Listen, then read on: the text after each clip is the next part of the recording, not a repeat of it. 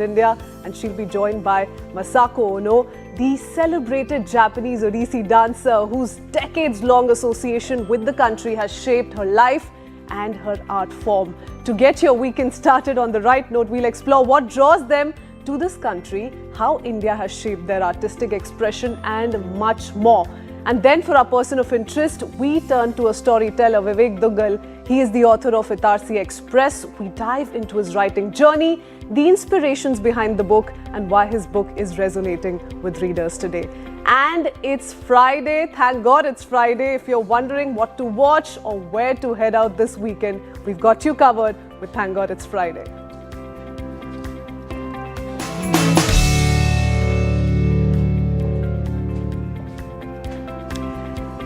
Well, it's a known fact, India has always pulled in artists from across the world, and the mix today is more interesting than ever. Indian classical dance has fans and students in so many countries that some foreign performers learn Indian languages just to get the movements right. It isn't new for Indian cinema either. Foreign actors have been part of films and shows for decades, across languages and now across OTT as well. Music is the other big connector. Global tours routinely add India because the crowds are huge, and many international singers now collaborate with Indian composers. One example is German actor Susanne Bernhardt. She has worked across Indian languages, Indian cinema and Indian television for years, and is one of the most recognizable foreign performers in the country today. She joins us in the studio. Good morning, Susanne. How are you doing? Good morning. I'm fine. It's very early, but we are here, bright and shiny. Thank you for really joining in this early. The other lady you see on your screens, let's welcome her, Japanese Odissi dancer Masako Ono, trained at some of India's most respected institutions and has dedicated decades to classical dance in India while also teaching around the world. Both of them join us live on the Breakfast Club. Thank you, ladies, and both of you look truly wonderful. So it's a great start indeed this morning on the Breakfast Club. I want to begin with Susanne. We'll come back to you, Miss Ono, in just a bit.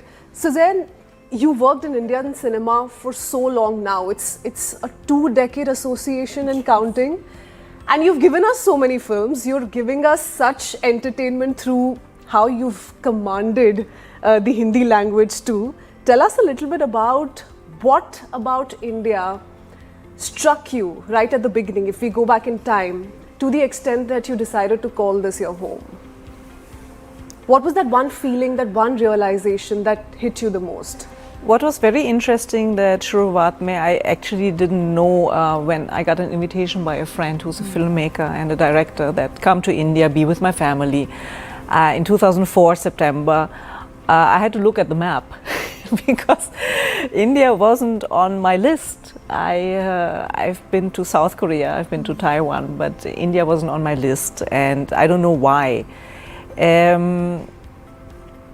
But then when I landed here and everybody was telling me, you're so German, you will not be able to handle it. It is such a chaotic place, and it's this and that, and you know all the tropes that people pull out and say about the country. But when I landed here, I had a feeling of ease, a feeling of I'm okay here. I feel at home here, and I think the beginning was such a whirlwind. Because, right, I got Balaji and I was doing a Kasauti, and that is like 16, 18 hours a day you're shooting, and then you don't really realize what's going on in your life. And then I fell in love with Akhil, and then we got married, and life just kept on going. And I think just the moment it hits you when you fly back to meet your parents, and then you're excited to fly back home. I mean, I keep on flying home. I fly to my parents, I fly home, and when I fly back to India, I fly home. So when you get excited on landing that you're back in the country that has given you so much, wow, and where you just want to live. Life happened. That's India for you. Life happens. Don't plan anything. Lovely. Masako, tell us a little bit about your journey from Tokyo to Bhubaneswar straight. And you know, you're not just a classical dancer today, you're also a teacher to so many students who are learning Odissi. Tell us a little bit about how this happened for you. It goes all the way back to 1996. That's a long time. Yes. Well, it was not straight to Bhubaneswar. be honest. So I came to India simply just in search for the root of Odissi dance, one of the 8 Indian classical dance up here. And so I first went to Hessargata in Karnataka. It's a dance village out of nowhere, created by the late Protima Gauri Bedi. My journey started there. So there I was trained in Odissi, yoga.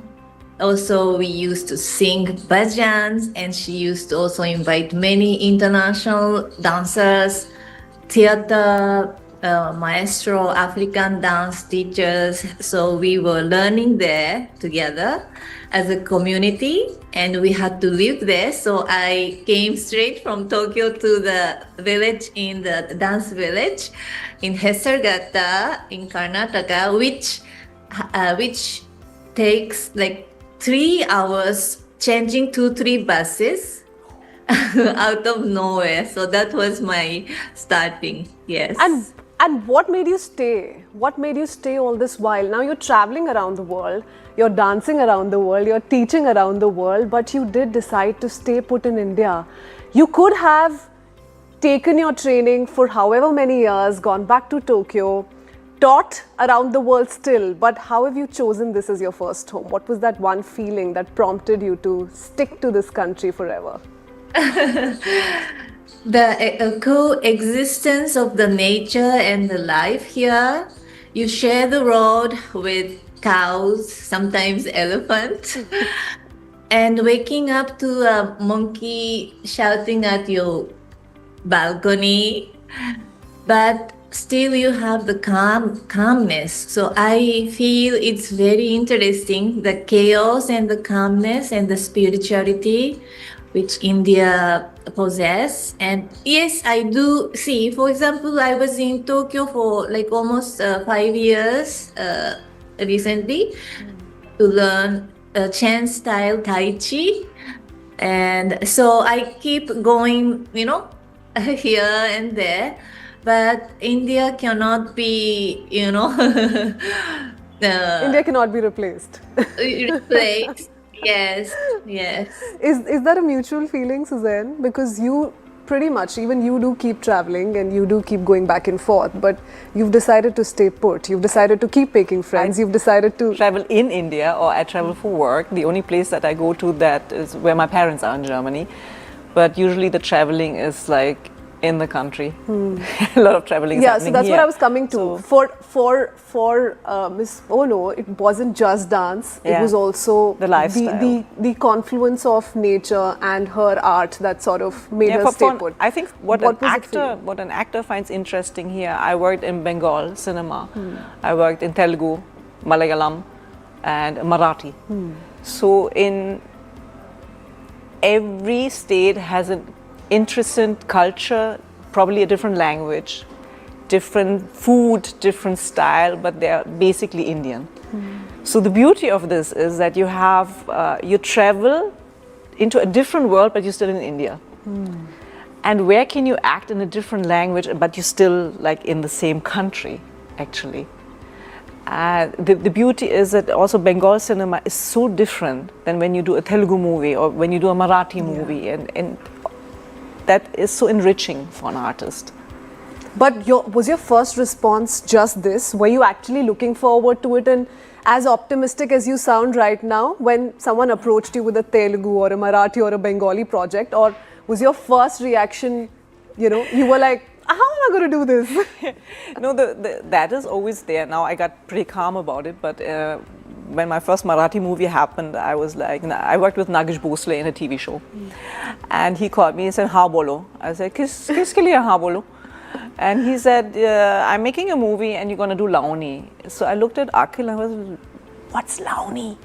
And Akhil was like, "Main UP se hu, mujhe kya malum hai?" And I was like, okay, fine. So I committed to doing a Marathi movie and a Maharashtrian dance form, Launi, without even knowing what I'm doing, because he's a friend. He asked me, I said yes.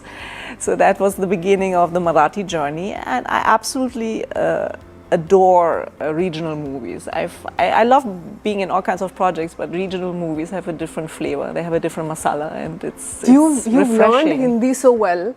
One can't make out whether or not you've learned Hindi or you were born. नहीं ऐसा तो नहीं है, ऐसा तो नहीं है. जो लोग वो आपकी हिंदी compare बहुत कर अच्छी रहे है. नहीं, जो लोग वो compare कर रहे हैं Tom Alter, I'm just like, no, he was born here, यहाँ पैदा हुए. So for him it was different, but he was the first person to inspire me to really work at my Hindi, because I worked with him right in the beginning. There was an ad, and he was in the ad, and I saw we were shooting in South Bombay in one of these small narrow lanes, and he was standing at the end. He was talking very nicely to everybody around him because famous, no? So he was talking to the people, and I was like, I want that. I want that connection. And शुरुआत में I was always thinking, why can't I speak Hindi? I always felt like I should be able to speak Hindi. I don't know why. It felt so familiar.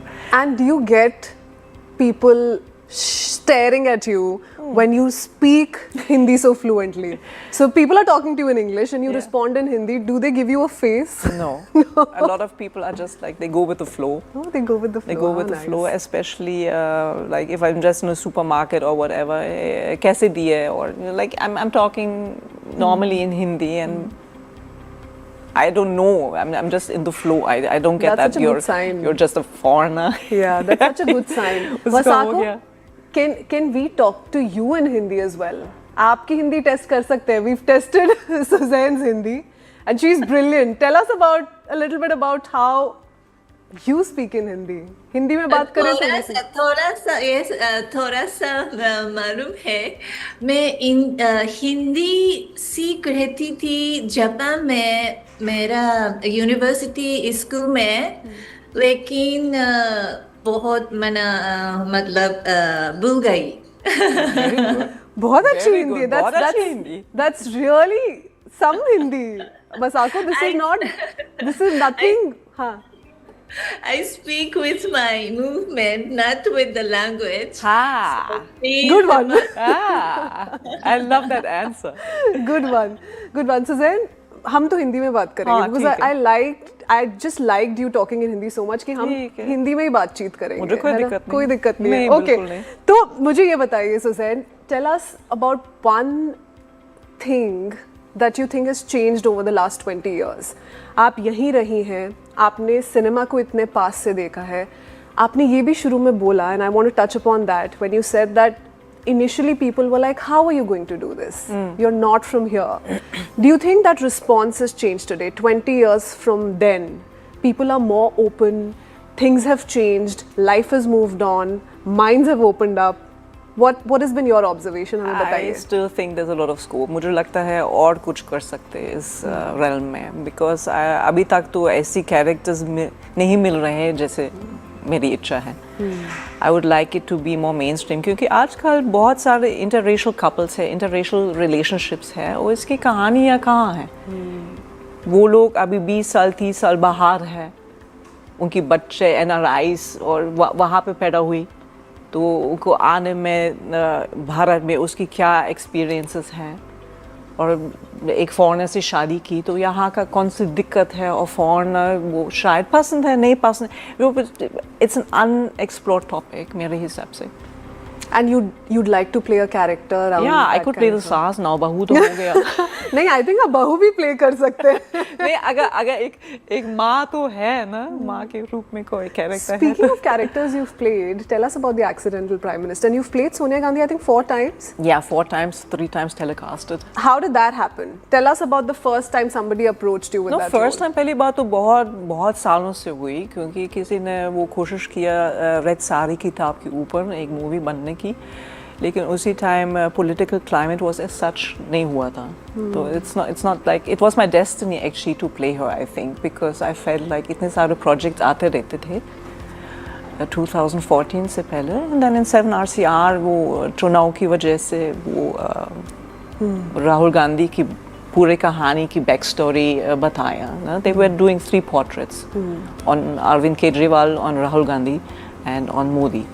So they were doing for everybody, they were doing a portrait. So इसमें पहली बार मैं role play किया. it's funny to say a role because it's a human being who's Yeah, with yeah, us. And then accidental No, Prime but you also Minister. mentioned how a lot of people actually mistook you for Sonia Gandhi during the shoot. That During also the shoot, happened. yeah. Yeah. During shoot, Imperial Hotel हमने shooting किया है, वो bodyguards मेरे साथ थे और मैं entry किया, hotel room से exit किया नीचे जाके और लोग ऐसे ऐसे किया, बाप रे, हाँ ये हुआ था. इतना डर है politicians का. नहीं डर नहीं है, अचानक कोई आ रहे हैं जैसे वो आप person लोग of सिर्फ authority. टीवी में देख रहे हैं या जीव में नहीं देखा अभी तक वो मुझे. Yeah. So I can understand that. Yeah, Masako, tell us about your achievements a little bit. So we do know you're doing a lot of workshops, a lot of teaching. How is that going? I also want to briefly touch upon the 2015, that video that also went viral where you performed for Prime Minister Modi and Shinzo Abe. Tell us a little bit about that interaction and how you think people like you have played such a huge role in transcending, let's say, Indo-Japan cultural ties in this case. Yes, nowadays I teach on Zoom to the students where I could, share my knowledge and art with not only, where you are, but also with different countries. So I have students from different countries and we meet at the Zoom. That's wonderful. And also, yes, I was given luckily the opportunity to perform in front of Shinzo Abe and the Prime Minister Modi ji, and also I had performed for Junichiro Koizumi. And those were just happened, those opportunities just happened because I just keep on practicing Odissi, also evolving my art through expression, So as an expressive artist, I think this is my thought, but I think one has to always be evolving constantly.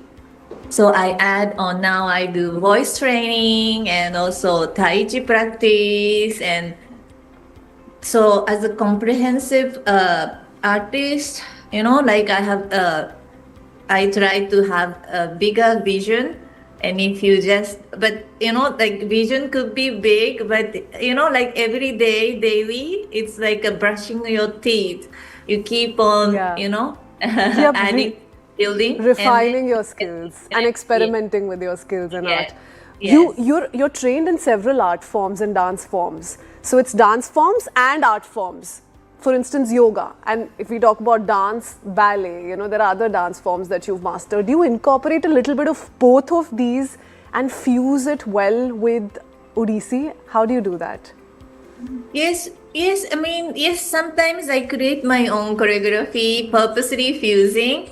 But also, if you just practice Odissi dance, but if you also add yoga or Tai Chi or voice training, the movement itself, it's, if it is this, but then if this, the energy changes.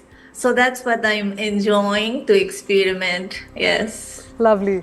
I'm going to ask both of you one thing now. You guys have spent a lot of time in India. This is home. What's the most Indian thing about you? And it could be anything. Food habits, could be language, could be superstitions, could be religious practice. What's the most Indian thing about you right now? So if I'm talking to you, what have you inculcated the most? I don't खाने में क्या पसंद है Suzanne? नहीं खाने में तो अभी ये मेरी लाइन घर में क्या बनता है? नहीं ये घर का खाना, लेकिन मेरी प्रॉब्लम है कि मैं अभी तक स्पाइसी नहीं बर्दाश्त कर सकती हूँ. पेट अभी भी जर्मन है तो जो चीज़ मुझे पसंद है कभी बर्दाश्त नहीं कर सकती हूँ. जो यहाँ का टेस्ट बहुत बढ़िया. I am very partial to South Indian food. Maybe she can relate to that. I like my dosa and my uttapam and my idlis and that is also for dancing because I've done Launi and I've done ballet as well and yoga. So these are really nicely, easily digestible foods and I think one pakka Indian thing is I'm like shooting के दौरान सुबह 7 बजे की shift है मुझे पहले चाय चाहिए. तो we सेट have a पहुंचने chai के बाद lover मैंने here. अदरक वाली चाय कहाँ है मेरी चाय. So that's the most Indian thing, I guess. Masako, are you a chai lover too? Yes, I start my day with chai for sure. But internally, I think I have changed. For example, India is such a large and huge country. My voice is loud. I mean, it's a good thing. And also, I'm a little bit like expressive because after doing so many years of dance, when I speak, like, oh, you are so, like, you're moving your hands and everything. But also one thing I have learned in India, actually from one of my guru in India, Protima Gauri Bedi, is that Masako, you always ask. You might get it, because as Japanese, I mean we are very shy. But now I think I've learned the very important thing. Yes, always ask. You might get it. Yes. Wow, that's such a beautiful thought you're leaving us with this Patience. morning. I learned patience. You then. learned patience. If I think if a I go on that- lot of other things are going to start coming up if we keep talking. No, I'm literally, as a German, for me it was like, okay, 7 baje ki shift hai, I was there at 7 o'clock, nobody else was there. So that's the kind of thing that you learn to be a little bit more relaxed. Chalega is not such a bad thing. Kabhi kabhi गुस्से में आते हैं नहीं, हर चीज चलेगा है, लेकिन चलना ही तो है. Okay, lovely. चलना ही तो है, हमें भी आगे बढ़ना ही है. But I want to ask both of you one last thing before we wrap up. What makes India such an attractive destination today for foreign artists, for creators? People are literally leaving their homes, settling here. We've had some of these guests here on the Breakfast Club as well. Content creators, for instance, so many of them are moving to India. What is it as per you, Suzanne? The astounding variety that you can find so many inspirations in so many moments. You travel a little bit, you take a flight just from Delhi to Mumbai, you're in a different world. You go from there to 45 minutes, you fly to Hyderabad, you're in a different environment. So you always have the sheer inspiration level here, I think, is very attractive. The colors, the vibrancy, the people, because India is this, no? The guest is God. They live it. They don't only say it, they live it, and even if it's to their own detriment.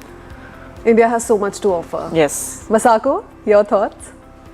To add to that, I think in India, you have incredible balance between the deep spirituality and the intellect. Nowadays, like Indian people lead in many sectors because always in India, you keep that traditional, the ancient sacred spirit with many things, AI, whatever the medical area or technology. So that's, I think I find very beautiful. And that's why India is leading. Yes. Thank you. Thank you so much. Both of you ladies have been such an inspiration to the entire country. Thank you for choosing India as your home. And thank you, more importantly, for sharing your story here on the Breakfast Club. Namaste to both of you. Thank you. Okay, bye. Thank you. Okay, all right. With that, it's time for us to head into a very short break. Coming right up on the other side, we shift our focus to our person of interest this morning. Storyteller Vivek Dugal shares his story on what inspired him to write Itarsi Express. We'll be right back with that conversation.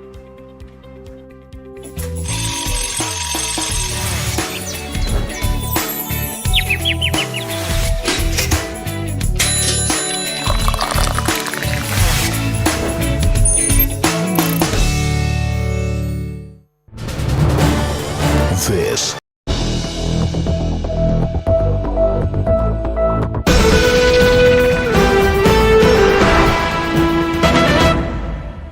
ये आपकी रक्षा के लिए और ये आपकी रक्षा के लिए। अरे ये क्या है? ये आपकी रक्षा के लिए और ये घर की रक्षा के लिए। न जले न पिघले, घर घर को सेफ बनाएं। अपार अणुशक्ति फायर प्रोटेक्ट वायर। निवेश करने में सबसे मुश्किल कदम कौन सा होता है? Choosing funds. Measuring risks. सबसे मुश्किल है निवेश का पहला कदम उठाना। You have trusted us for investment news. अब हम बनेंगे आपके बंधु. We will help you kickstart your investment journey and guide you towards the right path. और इस सफर के हर स्टेशन पर सीखेंगे कुछ नया आपकी अपनी भाषा में. Together, let's take निवेश का सही कदम. വിനിയോഗ സঠিক പദക്ഷേপ റൊക്കാർന്നു യോഗ്യ പഗലു. മുതലീട്ടുകാണ് സരിയാന പടി നിക്ഷേപത്തിനായുള്ള ശരിയായ ചുവട് ಹೂಡಿಕೆಗೆ ಸರಿಯಾದ ಹೆಜ್ಜೆ.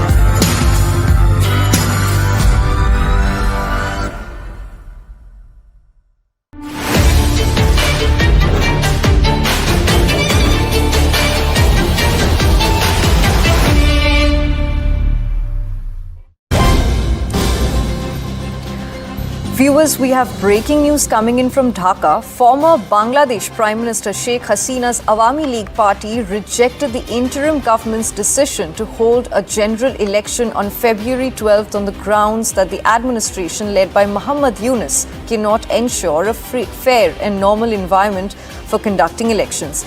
The Bangladeshi interim government announced that parliamentary elections will be held on February 12th, the first national vote since Hasina's government collapsed. So, former Bangladesh Prime Minister Sheikh Hasina's Awami League has firmly rejected the interim government's announcement that national elections will be held on February 12th, arguing that the administration led by Muhammad Yunus cannot guarantee the fair and normal environment needed for a credible vote. The decision marks the first move towards a parliamentary election since the collapse of Hasina's government, a period during which the interim authorities have attempted to project stability and restore political order in the country. The Awami League's refusal, however, underscores deep mistrust of the current leadership, as you can see, viewers, and it also raises broader concerns about transparency, electoral safeguards, and the inclusiveness of the political process. So we have CNN News 18's Anindya Banerjee joining us live. Anindya, very good morning to you and thank you so much for joining us on the broadcast. So we know a lot of experts have actually stated that until and unless all parties are allowed to participate in this election, it's not going to be a... Now let's shift our focus to Tamil Nadu, where the Deepam Rao continues to intensify. A division bench of the Madras High Court is set to deliver its order after the DMK government challenged Justice G.R. Swaminathan's directive, allowing the Karthigai Deepam lamp to be lit atop the Thiruparan-Kundram hill. Meanwhile, 7-member team from the Archaeological Survey of India has begun a detailed inspection of the site, following instructions from the district administration. This inspection comes amid ongoing clashes and legal disputes over whether the hilltop pillar is a traditional lamp post or merely a survey stone. With tensions running high between the devotees, officials and the state government. Let's listen in. If there is DMK, there is no truth. If there is truth, there is no DMK. That is the standard line on which I have been operating for the last 30 years in Tamil Nadu. As far as I am concerned, the DMK revels in lies, damned lies, and its own version of lies. Here are documents. Here are the name itself. The name of that pillar is Deepatun. The name itself speaks for itself. Deepatun on top of a hillock situated around 580 meters above the sea level is not for something else. It is for lighting a lamp on a specific day, that is Kartigai Deepam. So many times this kind of impeachment against the judges were framed. Till now, no judge has been impeached by the parliament. So this is also, they want this kind of action to get the Muslims vote in Tamil Nadu.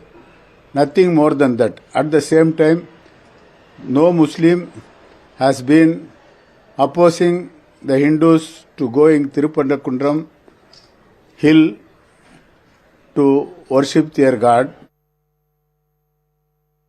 Tamil Nadu में भी हिंदू समाज के और सनातन समाज की जितनी उपेक्षा की जा सकती है, जितना अपमानित किया जा सकता है, तमिलनाडु में कुछ लोग बैठे हैं जो देवी देवता का अपमान करते हैं, कुछ लोग बैठे हैं जो सनातन समाज का अपमान करते हैं।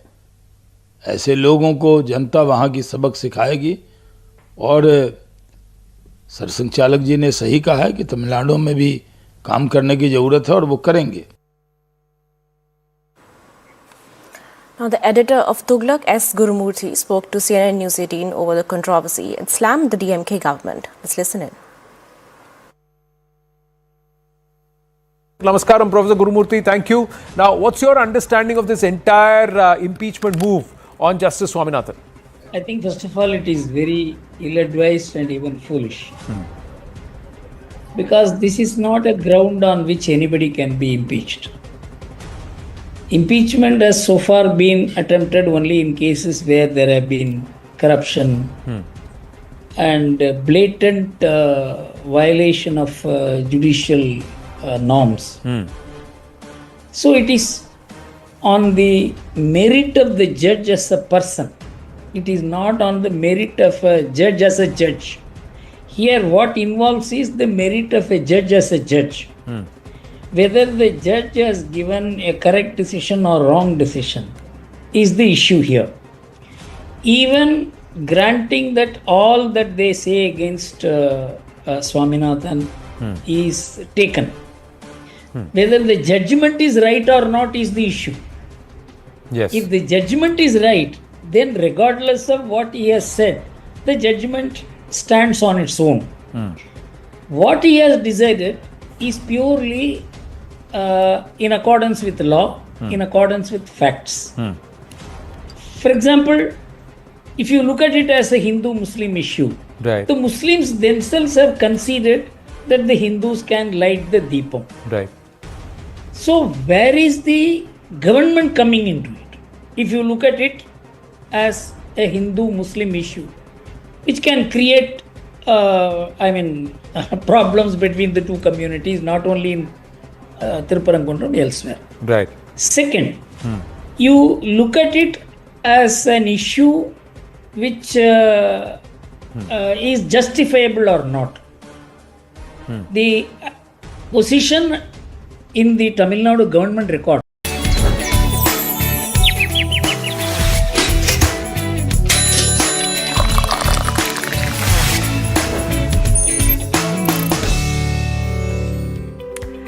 Welcome back. Today's person of interest is Vivek Duggal. He's an author, advertising veteran and a former army cadet who has just released his debut novel. Vivek's path to writing has been quite interesting. He began as an army cadet, then moved into advertising, where he spent more than 2 decades working in Mumbai, Dubai and currently Toronto. Itarsi Express is his first novel as a result of his passion for storytelling. It's a crime thriller set around the Indian Railways. I do have a copy here as well. It unfolds through the unexpected turns that life and choices can take. Let's bring him in, find out what went to creating his first novel, Itarsi Express. Welcome to the Breakfast Club, Vivek. Thank you for being with us. Thanks for having me here. Lovely. I hope you've had your first coffee of the day and we can get into the conversation, Absolutely. get going. Lovely. Tell us a little bit about this book. So we see this book here, it's your debut novel. You've been in the world of advertising and marketing communications for the last 20 years. Was that the takeoff point and primarily the reason why we're looking at this novel today? That was one of the factors really which led me to develop this interest and love really for storytelling. I've worked alongside some amazing people in advertising that fostered my drive to tell stories for brands. And I was doing that for a while until I reached a point where I thought I should tell some stories of my own. Other than that, also the characters in this book, I've met most of them in some form or the other. Not all of which I can disclose because some of them are pretty sketchy. It's a police procedural. That is correct. Yeah. It's a police procedural and there's a lot of characters really around the protagonist here who is Inspector Patil. Finally, the context in which these characters operate, which is the wonderful city of Mumbai, which I've called home for the longest time. Mumbai in all its chaotic charm continues to inspire me. And lastly, also India's multi-layered histories. This book shuffles between 1990s Mumbai, which was the entire encounter era in Mumbai, and 1800s India. And there was some commonalities in terms of the crimes taking place in these two eras. And the Itarsi Express brings it all together. Lovely. So you've moved away from Mumbai. It's been a few years now, but Mumbai continues to live on in you, in your heart, in your memory, and that's why we're looking at this book. It's mostly written around Mumbai, the railway network, etc.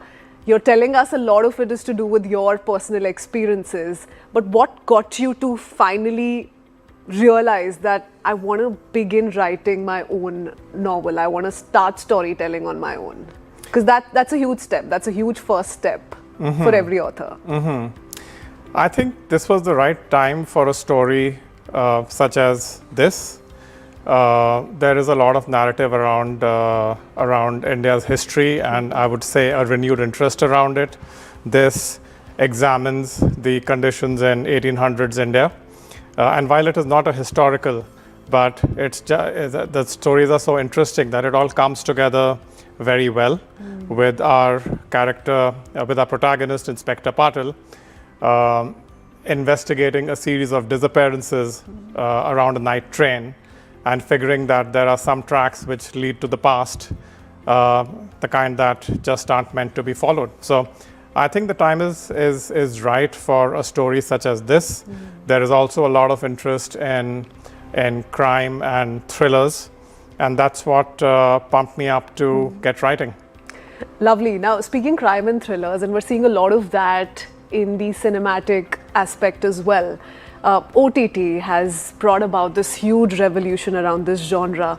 Would you like your book to be adapted in that sense going forward? Is that the vision that you have for it? Because of everything I've picked so far, as I read through the pages, I did see it as a highly cinematic form of storytelling. Absolutely. Yeah. The book is cinematic in terms of how it has been visualized. There is a great deal of, I would say, atmospheric element in really bringing alive the city of Mumbai and every little action which takes place. So if it makes that jump to the screen, why not? I think it will only be an opportunity to really bring it alive. We just spoke right at the beginning while we were giving your introduction of your Army cadet days. Now, the sound of it is extremely fascinating. From an Army cadet life to advertisement to marketing, communication to finally an author today. And fiction is a huge part of it right now. Which of these experiences in your life have had the maximum impact in today ensuring that you come up with this book? The Army was the first experience I had right out of college. So that really set the foundation for everything I did in life later. It continues to influence my outlook and approach towards life and work even today. And the other experiences too have had a big role. Each stint or each experience really brings its own magic and adds to your character. But I would say the Army started it all, and it continues to inspire me even today.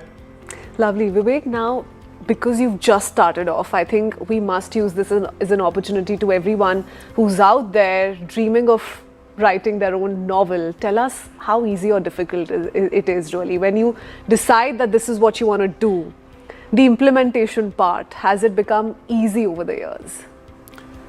It's as easy or as difficult as one makes it.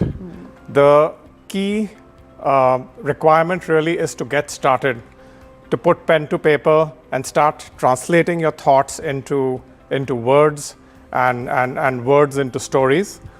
I would say there has been a certain democratization of sorts when it comes to writing. There are a whole lot of people out there who are writing, which really is encouraging for those who want to get into it. And there are also publishers and agencies out there which are really fostering new voices. In this case, I have worked with Simon & Schuster India and in association with the Sunflower Seeds to bring it all together. So my message to all aspiring writers out there really is to get started, go for it, and to keep at it really. And then be with us here on the Breakfast Club. Vivek, so it's crime thriller. This is your first. Are you already eyeing another genre next, or are you going to take this forward? What's in the pipeline? Or is it too soon?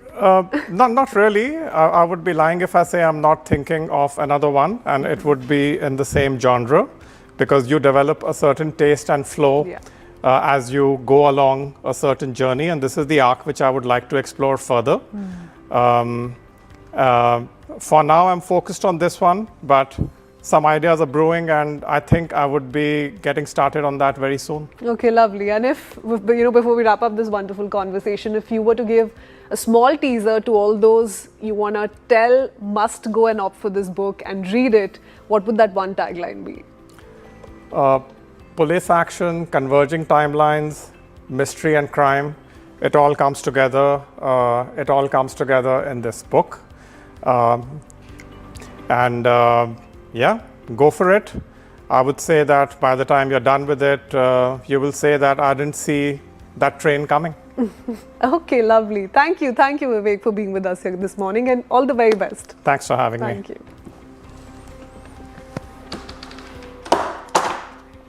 All right, with that, we shift our focus to the world of cinema, the world of entertainment. One of Hindi cinema's most celebrated films, Sholay, is re-releasing in the cinemas this Friday on the 12th of December. The new version will be released as Sholay, the finally cut, and this is in a fully restored 4K version. Not just that, it also comes with a new ending, a few more moments. We have film director Ramesh Sippy talking to CNN News 18's Vishal Chatkara about the new ending, the Dharmendra Hema romance, and how he managed egos on the sets, really. Listen in.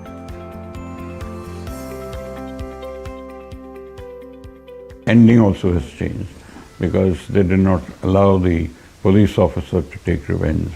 He said, यार मेरा role तो अच्छा है लेकिन कहानी तो संजीव कुमार की है मुझे Sanjeev Kumar should I not be playing Sanjeev Kumar's role? So you won't get Hema Malini. No, I'll play Viru.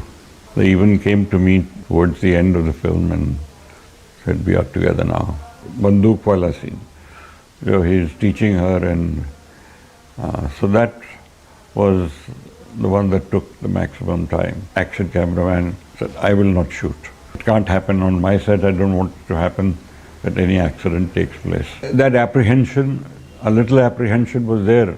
If one actor had more lines, which Dharamji did, and he would give one look, it was enough. It conveyed a lot. He was taking time to get into the role. They just mentioned that if there is a problem, when you don't have to continue with him. Amitabh Bachchan should not die. People don't like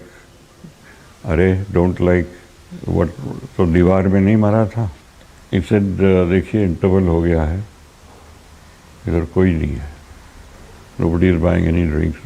Ramesh Sippy, welcome to CNN News 18.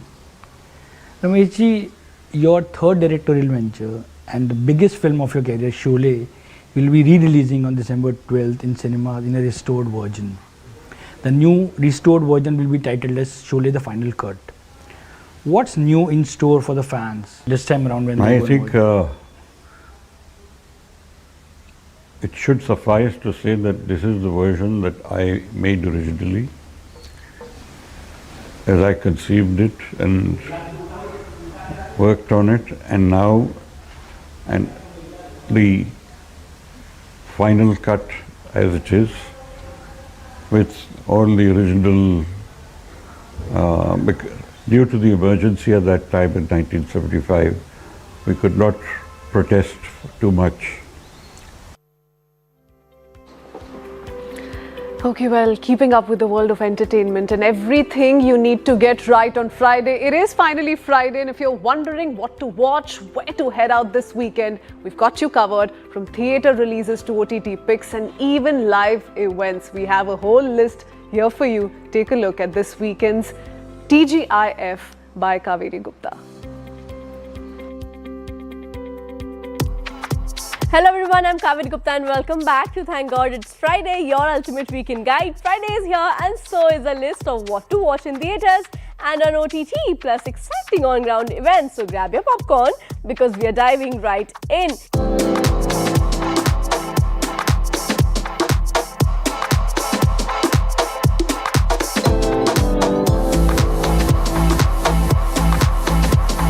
In theatres, first we have Kis Kis Ko Pyar Karu 2. Kapil Sharma returns with a sequel to his 2015 hit comedy. He once again finds himself hilariously trapped, accidentally married to 3 women from 3 different faiths while trying to marry his true love.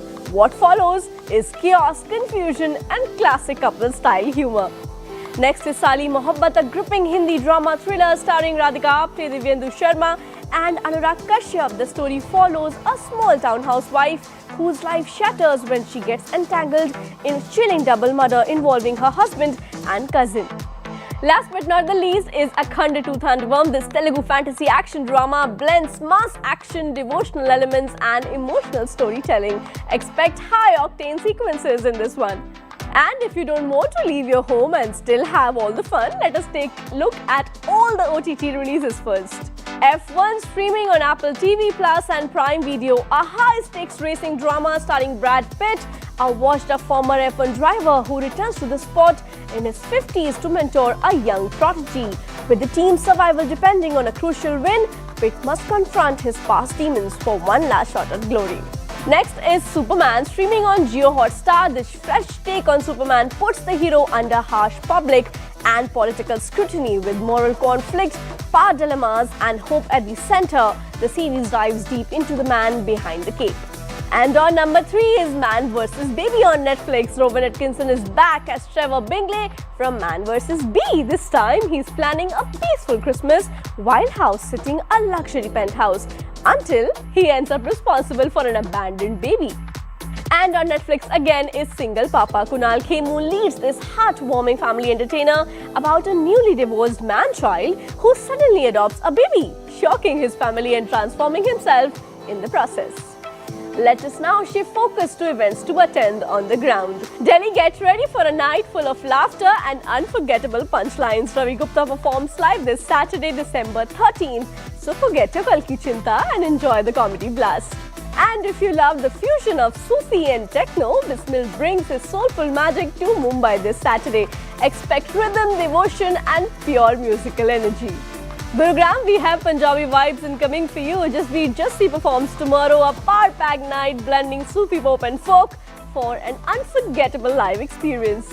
Well, that's all the time we have in this edition. We'll be back next Friday with lots more. Stay tuned and have an amazing, amazing weekend. Ciao!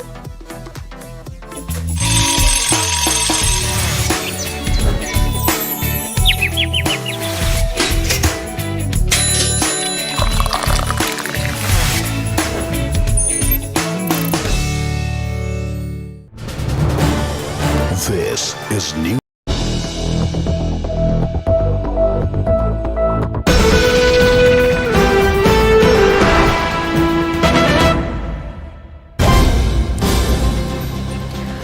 Viewers, we have breaking news coming in from Dhaka. Former Bangladesh Prime Minister Sheikh Hasina's Awami League party rejected the interim government's decision to hold a general election on February 12th on the grounds that the administration led by Muhammad Yunus cannot ensure a free, fair and normal environment for conducting elections. The Bangladeshi interim government announced that parliamentary elections will be held on February 12th, the first national vote since Hasina's government collapsed. So, former Bangladesh Prime Minister Sheikh Hasina's Awami League has firmly rejected the interim government's announcement that national elections will be held on February 12th, arguing that the administration led by Muhammad Yunus cannot guarantee the fair and normal environment needed for a credible vote. The decision marks the first move towards a parliamentary election since the collapse of Hasina's government, a period during which the interim authorities have attempted to project stability and restore political order in the country. The Awami League's refusal, however, underscores deep mistrust of the current leadership, as you can see, viewers, and it also raises broader concerns about transparency, electoral safeguards, and the inclusiveness of the political process. So we have CNN News 18's Anindya Banerjee joining us live. Anindya, very good morning to you and thank you so much for joining us on the broadcast. So we know a lot of experts have actually stated that until and unless all parties are allowed to participate in this election, it's not going to be a fair election in Bangladesh. So has the Election Commission responded to the allegations of non-representative scheduling yet? And if they haven't, how do you think they're going to respond to these accusations? Well, the Election Commission hasn't responded so far, but yes, there has been strong allegations, and the whole body is under suspicion in Bangladesh so far. And there have been strong allegations because there have been allegations not only under poll body but also against Yunus regime. But having said that, as we know that the Hasina's party has rejected, Awami League has rejected the poll schedule, saying that being a key party, Awami League being out of the framework of the election, they have rejected the schedule and they have rejected the whole electoral process. Just a few days back, 2 to 3 days back, a leading newspaper of Bangladesh held a survey in Bangladesh saying that Now let's shift our focus to Tamil Nadu, where the Deepam Rao continues to intensify. A division bench of the Madras High Court is set to deliver its order after the DMK government challenged Justice G.R. Swaminathan's directive, allowing the Karthigai Deepam lamp to be lit atop the Thiruparan Kundram hill.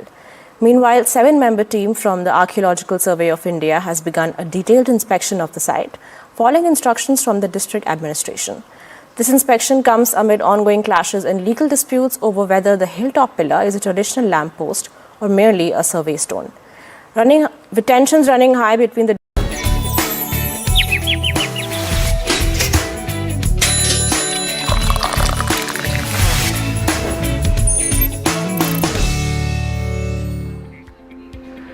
Welcome back. Apollo Tyres made one of its boldest branding moves by joining hands with the Indian cricket team as lead sponsor. CNN News 18's Vineet Ramakrishnan speaks with Apollo Tyres Vice Chairman and MD Neeraj Kanwar on the company's landmark move and the buzz around the Grand T20 World Cup kit launch in Raipur. Listen in.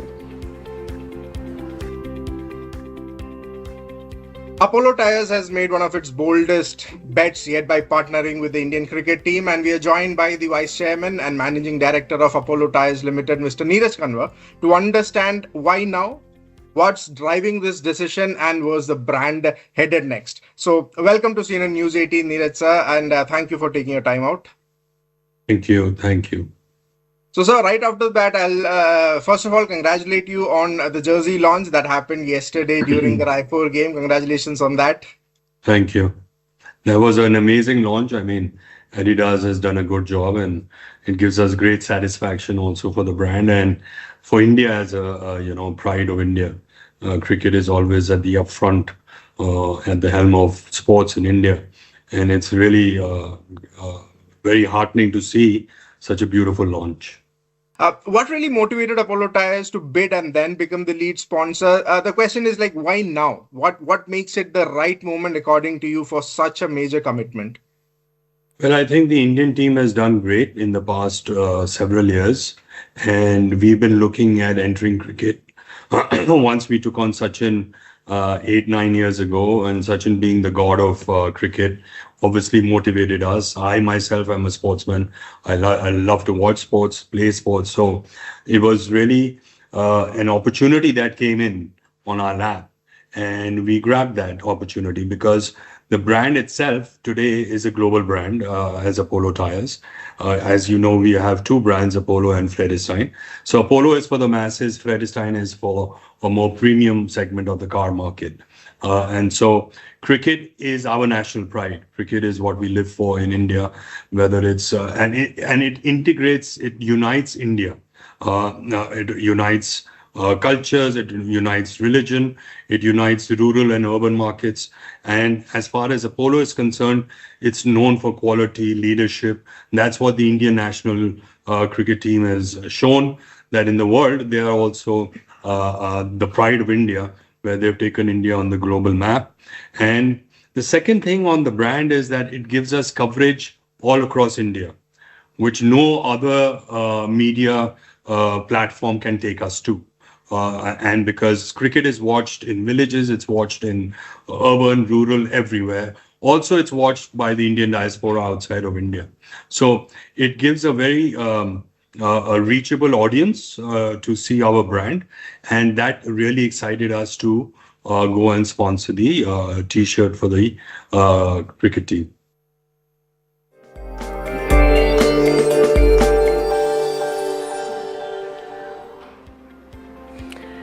And now we bring to you a special section on financial markets powered by Money Control Pro, Money Control's premium destination for investing in business insights. GIFT Nifty trends indicate a strong opening for Indian equities. Today, Asian stock indices were up this morning as optimism from Fed rate cut lingered. US stocks gained as Fed rate cut continued to buoy sentiment, but tech shares were under pressure. Crude oil prices climbed marginally while gold slipped on profit booking. And in sectors, the mutual fund industry is going from strength to strength, with assets under management crossing 80 trillion rupees as of November end. Despite this progress, the industry has scope to increase its investor base and grow assets further. The mutual fund industry is projected to continue compounding at 16 to 18% annually, leading to an AUM of 155 lakh crore, and this over the next 5 years. Key drivers for the industry are in place, setting the stage for a long run of growth for asset management companies. So don't forget to log into Money Control Pro to find out more about India's mutual funds and other actionable insights on markets.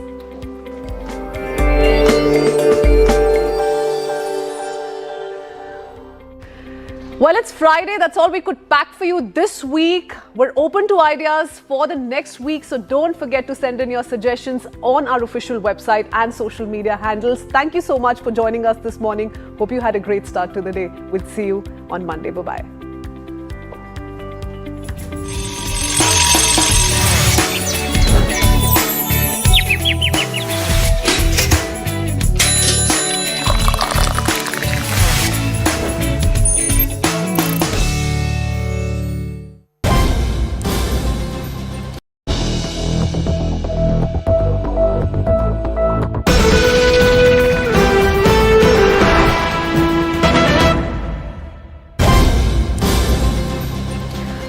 Viewers, we have breaking news coming in from Dhaka. Former Bangladesh Prime Minister Sheikh Hasina's Awami League party rejected the interim government's decision to hold a general election on February 12th on the grounds that the administration led by Muhammad Yunus cannot ensure a free, fair and normal environment for conducting elections. The Bangladeshi interim government announced that parliamentary elections will be held on February 12th, the first national vote since Hasina's government collapsed. So, former Bangladesh Prime Minister Sheikh Hasina's Awami League has firmly rejected the interim government's announcement that national elections will be held on February 12th, arguing that the administration led by Muhammad Yunus cannot guarantee the fair and normal environment needed for a credible vote. The decision marks the first move towards a parliamentary election since the collapse of Hasina's government, a period during which the interim authorities have attempted to project stability and restore political order in the country. The Awami League's refusal, however, underscores deep mistrust of the current leadership, as you can see, viewers, and it also raises broader concerns about transparency, electoral safeguards, and the inclusiveness of the political process. So we have CNN News 18's Anindya Banerjee joining us live. Anindya, very good morning to you and thank you so much for joining us on the broadcast. So we know a lot of experts have actually stated that until and unless all parties are allowed to participate in this election, it's not going to be a fair election in Bangladesh. So has the Election Commission responded to the allegations of non-representative scheduling yet? And if they haven't, how do you think they're going to respond to these accusations? Well, the Election Commission hasn't responded so far, but yes, there has been strong allegations, and the whole body is under suspicion in Bangladesh so far. And there have been strong allegations because there have been allegations not only under poll body but also against Yunus regime. But having said that, as we know that Hasina's party has rejected, Awami League has rejected the poll schedule, saying that being a key party, Awami League being out of the framework of the election, they have rejected the schedule and they have rejected the whole electoral process. Just a few days back, 2 to 3 days back, a leading newspaper of Bangladesh held a survey in Bangladesh saying that Now let's shift our focus to Tamil Nadu, where the Deepam Rao continues to intensify. A division bench of the Madras High Court is set to deliver its order after the DMK government challenged Justice G.R. Swaminathan's directive, allowing the Karthigai Deepam lamp to be lit atop the Thiruparan Kundram hill. Meanwhile, 7-member team from the Archaeological Survey of India has begun a detailed inspection of the site, following instructions from the district administration. This inspection comes amid ongoing clashes and legal disputes over whether the hilltop pillar is a traditional lamp post or merely a survey stone. With tensions running high between the devotees, officials and the state government. Let's listen in. If there is DMK, there is no truth. If there is truth, there is no DMK. That is the standard line on which I have been operating for the last 30 years in Tamil Nadu. As far as I am concerned. Hello and welcome. You are watching CNN News 18 with me, Harsh Tak. Before we start this bulletin with some breaking inputs, let's have a look at the top headlines of the day. Luthra brothers to face the law. Delhi court denies relief as India moves towards deportation from Thailand. News tightens on Luthras as 42 shell companies emerge in money laundering probe. From Goa to Delhi to Phuket, CNN News 18 tracks the Luthras, bringing you the latest insights as the story unfolds. Amid SIR Rao, Chief Minister Mamata Banerjee's border warning says don't go near BSF posts. Tamil Nadu Deepam Rao escalates High Court Division Bench to deliver order as DMK's plea challenging Justice Swaminathan's verdict. Ahead of crucial Tamil Nadu and Kerala elections, Prime Minister Modi tells NDA leaders at a dinner meet that winning South is our priority. DGCA summons Indigo CEO Peter Elbers again amid ongoing domestic flight disruptions. A week after Putin's India visit, Prime Minister Modi and Trump discussed trade, defense in a warm phone call, vow to fight global challenges together.